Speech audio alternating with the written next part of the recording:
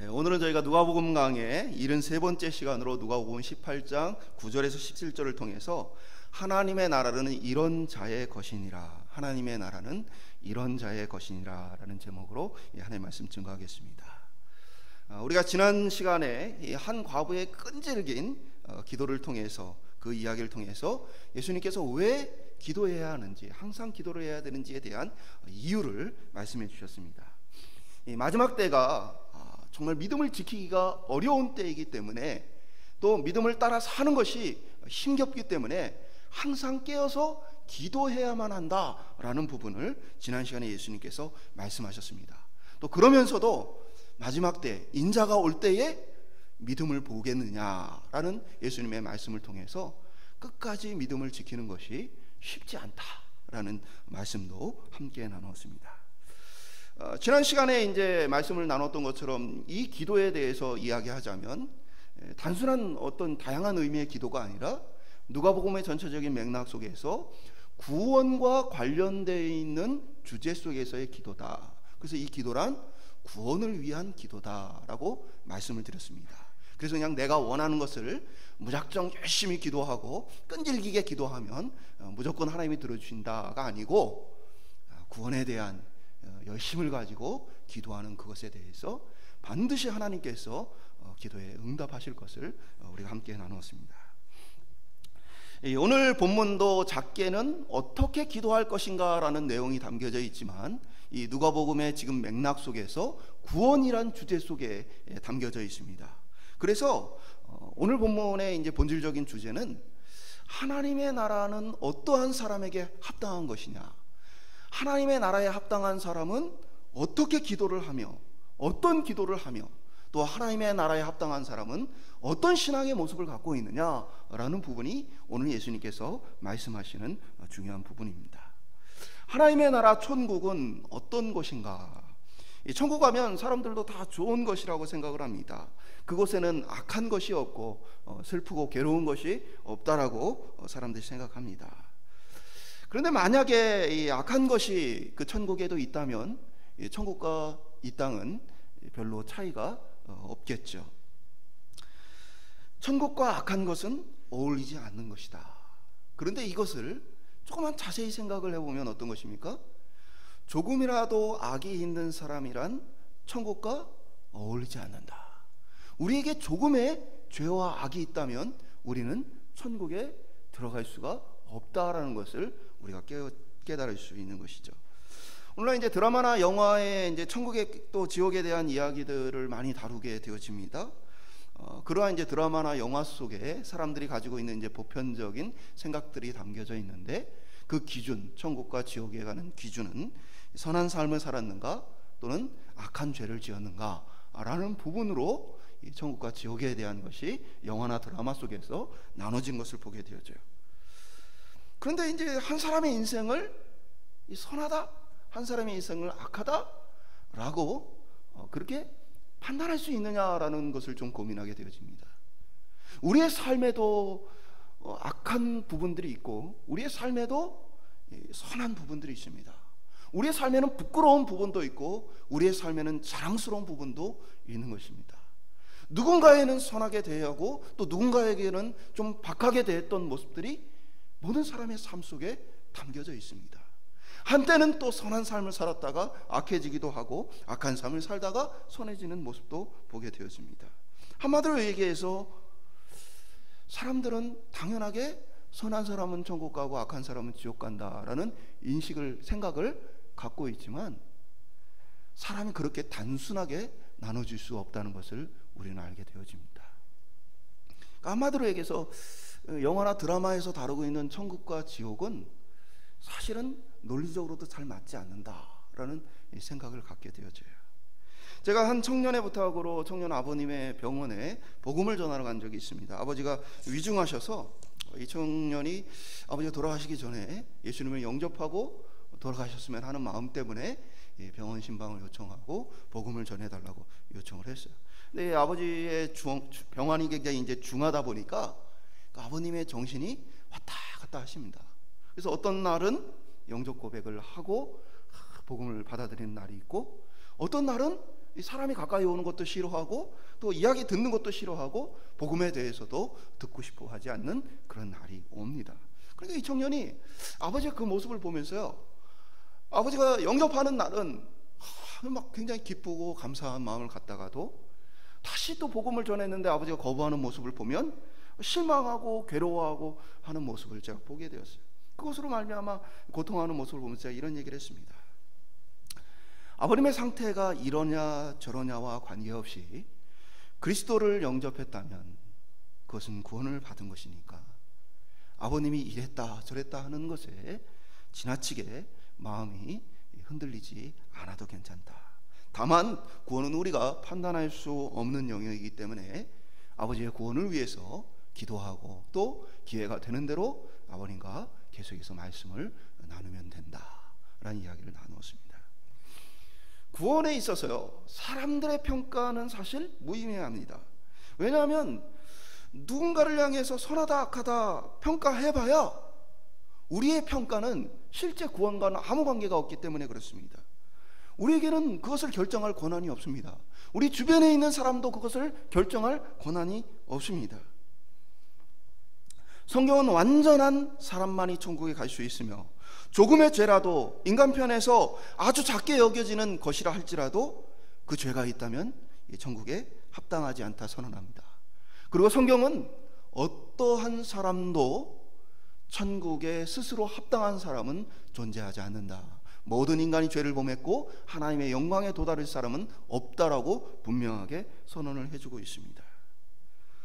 오직 우리가 그리스도의 용서를 받고 그리스도로 말미암아 영광스럽고 거룩하게 변화된 이후에야 우리는 천국에 합당한 사람이 되어집니다. 그리스도께서 우리를 완전한 새 사람으로 만드셔서 우리 속에 죄가 하나도 없는 영화로운 존재로 바뀌어야만 천국에 들어갈 수 있다라고 성경은 이야기합니다. 그런데 그것은 우리의 힘으로 우리의 노력으로 할 수 있는 것이 아니라 오직 그리스도의 은혜로만 가능하다 성경이 말해주고 있는 것이죠. 오늘 예수님께서는 오늘 본문의 가장 중요한 주제로서 천국에 합당한 사람이 누구냐, 곧 하나님의 나라는 이런 자의 것이니라 라고 설명해 주시는 모습을 보게 되어집니다. 오늘 예수님의 이 말씀을 통해서 저희가 이제 세 부류의 사람들을 살펴볼 텐데요, 이 모습들을 통해서 어떠한 사람이 천국에 합당한 사람인가 함께 살펴봄으로써 2021년도 우리가 천국을 향한 바른 방향성을 가지고 한 해를 결단과 각오로 시작하는 귀한 은혜가 있기를 주님의 이름으로 축원드립니다. 첫 번째 한번 따라해 보겠습니다. 바리새인. 예수님께서 비유로 말씀하시는 이 비유 속에 첫 번째 등장하는 인물이 바리새인입니다.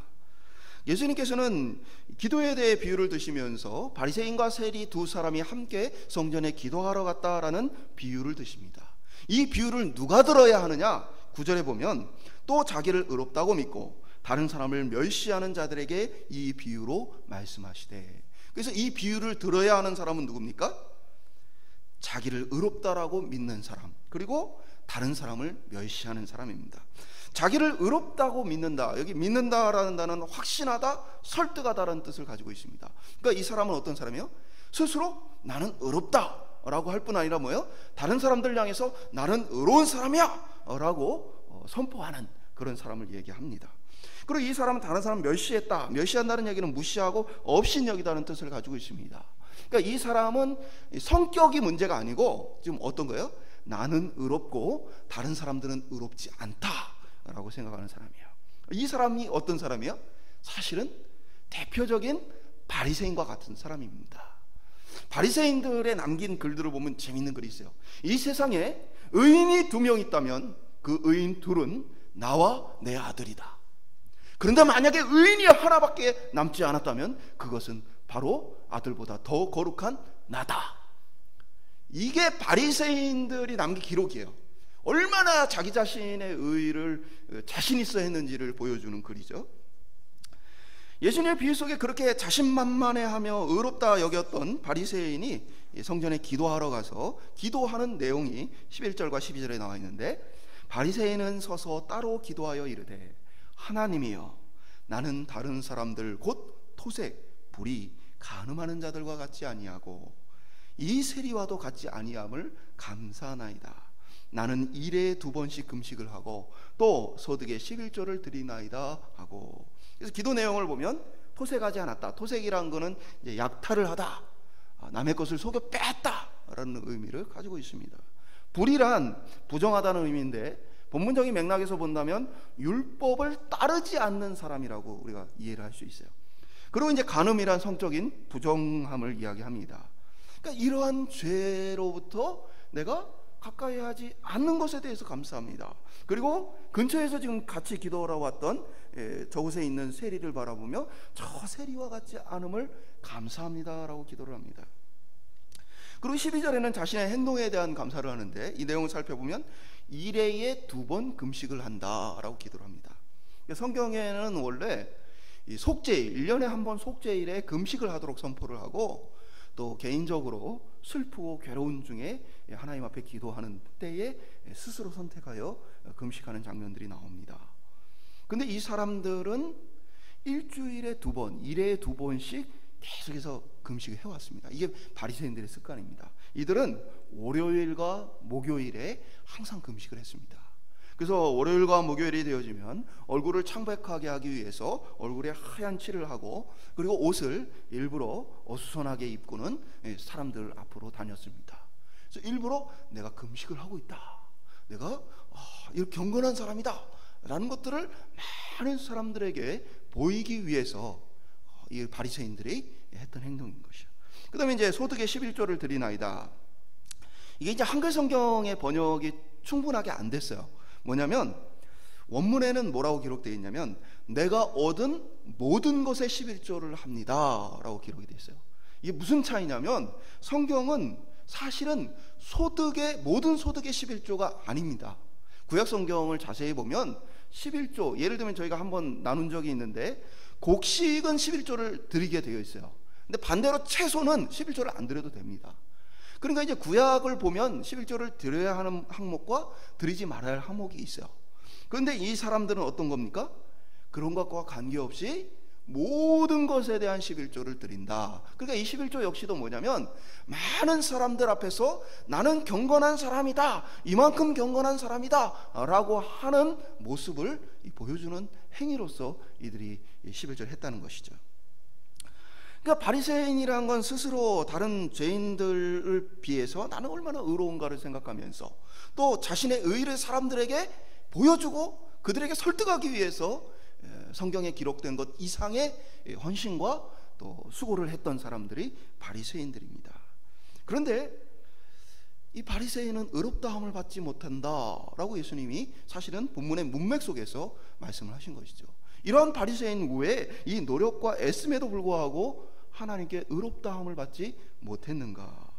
그것은 바로 그의 문제는 하나님에 대한 인식과 천국, 하나님의 나라에 대한 인식이 없이 이 땅에 대한 생각으로 가득 차 있었기 때문에 그렇습니다. 겉으로 봤을 때 그는 경건한 사람이고 많은 사람들이 칭찬할 만한 신앙인이었을지는 모릅니다. 그러나 그의 기도의 내용을 보면 하나님이여 라고 불렀지만 하나님에 대한 마음이 없는 것을 보게 되어져요. 하나님과의 만남과 사귐이 없다는 것을 보게 되어집니다. 왜 그렇습니까? 그의 생각은 다른 사람, 세상에 대한 것으로 가득 차 있어요. 그래서 그의 기준은 무엇입니까? 세상을 통해서 자신을 생각하는 거예요. 그래서 세상을 보니까 다 하나님의 말씀에 부족한 사람들이에요. 반면에 자신은 그래도 하나님 말씀에 어느 정도 충족되어 있는 사람이다 하면서 내가 다른 사람보다 낫다라는 생각을 가지고 있습니다. 그러니까 이 사람의 판단은요, 하나님과의 관계 속에서 자신을 보지 못하고 무엇입니까? 세상 속에서 자신을 보는 거예요. 하나님이여 라고 부르지만 하나님에 대한 생각과 관심은 없고 자기 자신과 세상에 대한 관심과 생각으로 가득 차 있습니다. 만약에 그의 눈이 하나님을 향하고 그가 하나님과 깊은 관계 속에 있었다면 어떻게 했겠어요? 거룩하신 하나님 앞에 자신이 얼마나 죄인인지를 깨달았을 것입니다. 아, 내가 하나님의 기준에 이르지 못하는 사람이구나. 마치 이 사람의 지금 행동은 이런 거예요.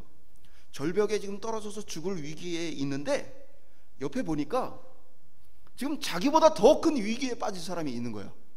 그래서 절벽에서 자신도 죽을 위기에 있으면서 더 큰 위기에 빠진 사람을 바라보면서 야, 그래도 나는 저 정도는 아니니까 감사합니다라고 마음 놓고 있는 것과 같아요. 그럼 이 사람이 건짐을 받을 수 있을까요? 아니죠. 살려달라고 도움을 요청하고 어떻게든 살기 위해서 발버둥을 쳐야 하는 거야. 근데 이 사람의 생각은 뭐예요? 자신이 처해 있는 위기, 하나님 앞에서의 위기는 깨닫지 못한 채 남의 위기만을 바라보면서 그보다는 내가 낫다라는 생각 속에서 사실은 하나님도 알지 못하고 하나님의 구원의 은혜도 깨닫지 못한 상태에 있는 모습을 보게 되어집니다. 우리는 무엇보다요, 우리의 기도에 있어서 기도를 들으시는 하나님에 대한 인식, 하나님에 대한 생각, 하나님과의 관계가 깊이 있게 있어야만 합니다. 우리가 드리는 예배 역시도 마찬가지입니다. 습관적으로 드리는 기도와 예배 속에 하나님과 전혀 무관한 기도와 예배를 우리가 행할 수 있어요. 겉으로는 그 시간에 바르게 앉고 또 순서에 맞춰서 잘 참석하고 사람들이 보기에는 참 예배를 잘 드린다 할지 모르지만 내가 하나님을 생각하지 않고 그의 나라와 또 그분과의 깊은 관계를 깨닫지 못한 채 우리가 이 기도와 예배를 드리다 보면 사실은 이 바리새인의 하나님 없는 기도와 예배가 우리의 모습이 되어질 수도 있다는 사실입니다. 듣는 하나님이 없고 받으시는 하나님이 없다면 이 기도와 예배는 무엇입니까? 허공에 그냥 사라지는 아무것도 아닌 것이 되어집니다. 올 한 해 저와 여러분이 겉으로 보여지는 것만이 아니라 주변의 다른 사람들과의 비교를 통해서가 아니라 하나님을 향한 마음과 생각을 가지고 예배하고 기도하며 참된 하나님의 예배자, 참된 기도자로 설 수 있는 한 해가 될 수 있기를 주님의 이름으로 축원드립니다. 두 번째 한번 따라해 보겠습니다. 세리. 두 번째 나눌 인물은 세리입니다. 이 사람은 사람들로부터 비난 듣는 사람이었습니다. 말씀드린 것과 같이 이 세리는 자신의 이익을 위해서 많은 사람들에게 무거운 짐을 지었던 사람입니다. 더 많은 이득을 위해서 더 많은 사람들의 눈물을 흘리게 했던 것이 이 세리의 삶입니다. 근데 그는 성전에 올라와서 어떻게 기도합니까? 13절에 보면 세리는 멀리 서서 감히 눈을 들어 하늘을 쳐다보지도 못하고 다만 가슴을 치며 이르되 하나님이여 불쌍히 여기소서 나는 죄인으로소이다 하였느니라. 이 사람의 삶은요, 바리새인과 비교한다면 거룩한 삶 분명히 아닙니다. 사람들이, 세상 사람들이 보는 눈에도 이 사람은 죄인이고 어떻게 보면 지옥 가기에 합당한 사람이라고 여겨지는 사람입니다. 그런데 이 사람이 하나님께 의롭다 하심을 입은 이유가 있다면 무엇입니까? 이 사람은 하나님을 알았습니다. 하나님을 알아요.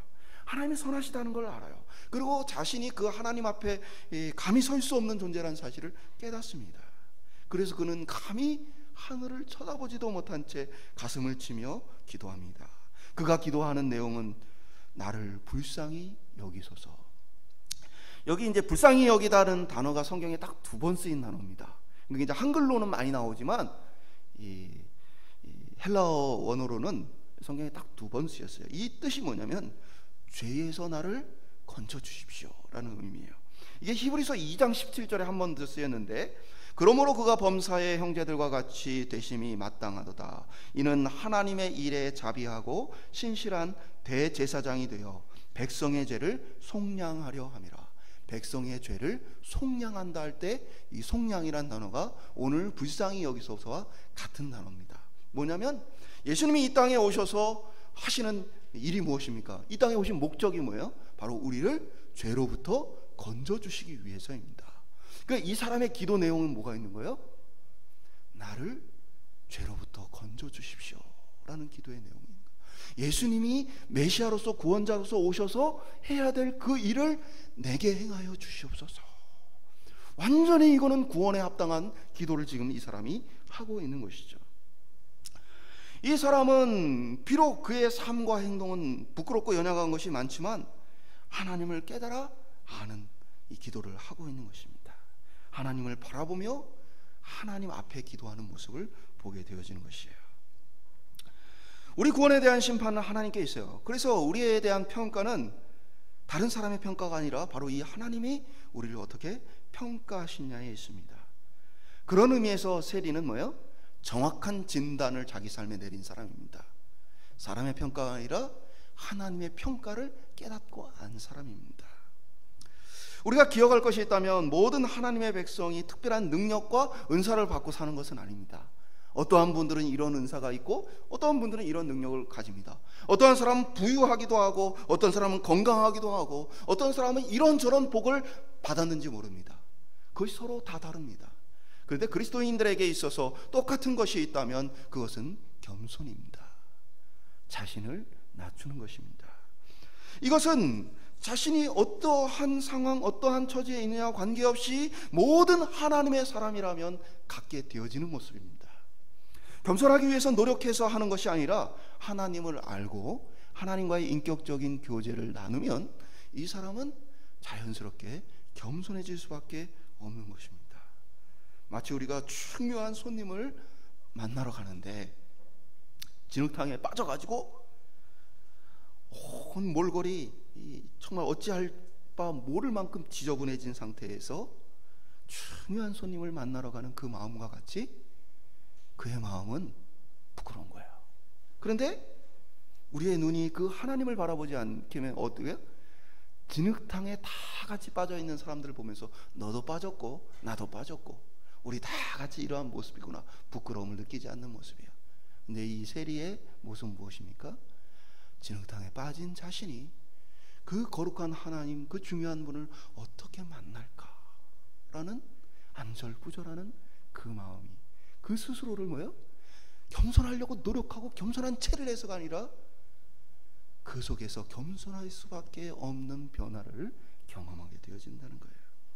부끄러움을 알게 되면 변화도 일어납니다. 우리 스스로 어느 정도 괜찮은 모습이다 착각하면 변화가 안 일어나는 거예요.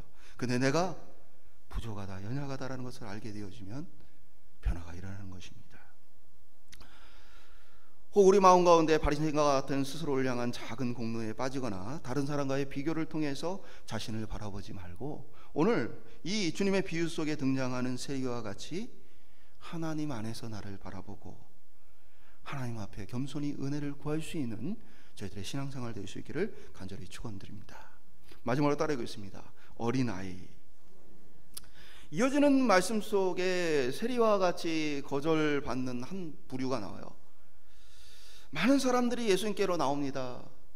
근데 제자들이 꾸짖으며 내쫓는 무리가 있어요. 바로 여인들을 안고 오는, 아이들을 안고 하는 여인들입니다. 여기 이제 어린 아기라는 표현은 갓난아기라는 의미가 담겨져 있고요. 이후에 예수님께서 말씀하시는 건 이제 어린 아이에서 작은 아이들을 표현하는 이 표현이 쓰였습니다.